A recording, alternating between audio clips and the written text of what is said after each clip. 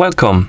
In front of me I have Redmi Smart Band 2 and I'm gonna show you how to factory reset this band by using the system settings on it.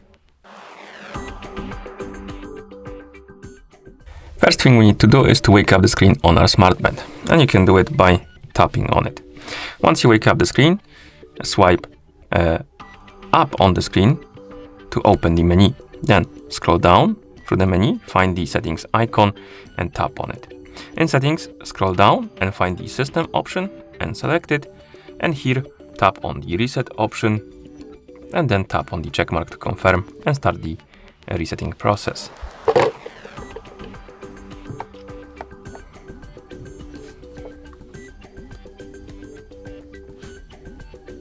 And once you see the list of languages on the screen, it means that the factory reset is complete.